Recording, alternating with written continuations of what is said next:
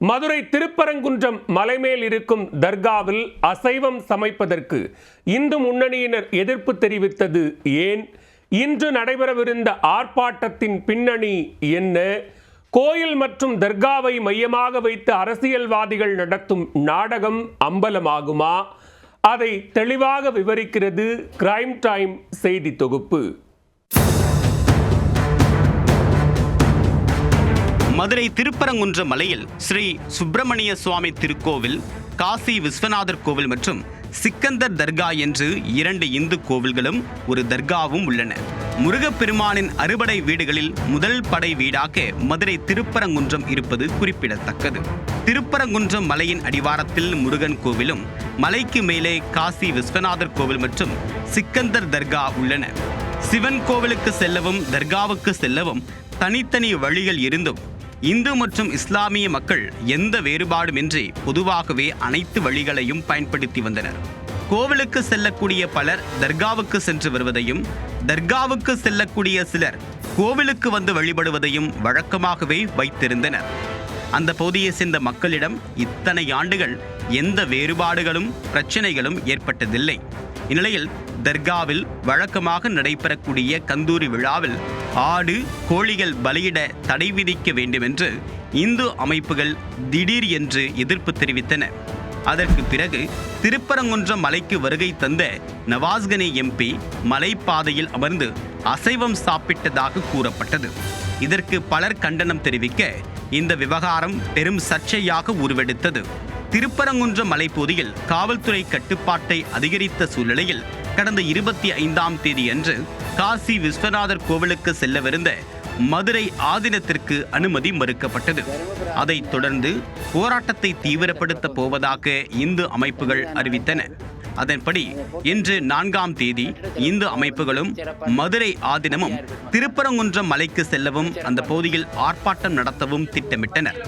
இதற்கு அனுமதி மறுத்த காவல்துறை பொதுமக்கள் யாரும் இந்த ஆர்ப்பாட்டத்தில் கலந்து கொள்ளக்கூடாது என்றும் எச்சரித்தது. இந்த சூழ்நிலையில் மதுரை மாவட்டம் முழுவதுமாக பொது அமைதியை பாதுகாக்கக்கூடிய நோக்கத்தில் போராட்டங்கள், கூட்டங்கள், தர்ணா போன்றவை நடக்காமல் தடுப்பதற்கு 144 தடை உத்தரவை மாவட்ட ஆட்சியர் சங்கீதா பிறப்பித்திருந்தார். அதன்படி மாவட்டம் முழுவதுமாக சுமார் 3000க்கும் மேற்பட்ட போலீசார் பாதுகாப்பு பணியில் ஈடுபடுத்தப்பட்டுள்ளனர். மதுரை மாவட்டத்தின் அனைத்து எல்லைகளிலும் வெளியூர் வாகனங்கள் அனைத்தும் சோதனைக்கு பிறகே அனுமதிக்கப்படுகின்றன. திருப்பரங்குன்றம் மலை அருகே செல்வதற்கான அனைத்து வழிகளிலும் போலீசார் குவிக்கப்பட்டு பலத்த பாதுகாப்பு போடப்பட்டுள்ளது.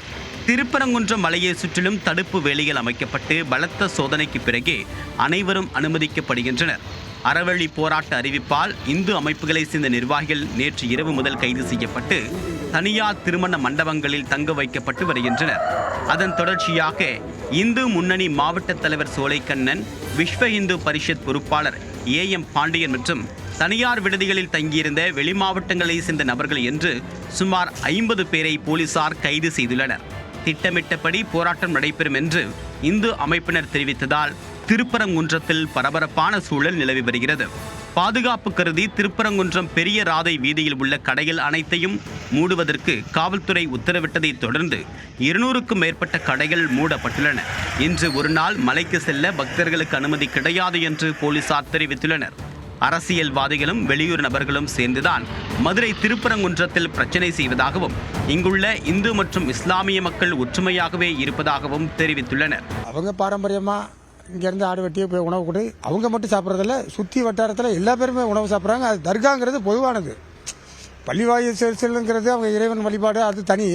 தர்காங்கிறது இப்போ நாகூர் தர்கா, இப்போ கீழக்கரை, இங்கெல்லாம் பார்த்தீங்கன்னா இந்து முஸ்லீம் எல்லா பேருமே அங்கே இருப்பாங்க, தங்கியிருப்பாங்க. அங்கே கறி சாப்பிடுவாங்க, கோழி சாப்பிடுவாங்க, கொடுக்குற சாப்பிடுவாங்க, எல்லாம் பண்ணுவாங்க.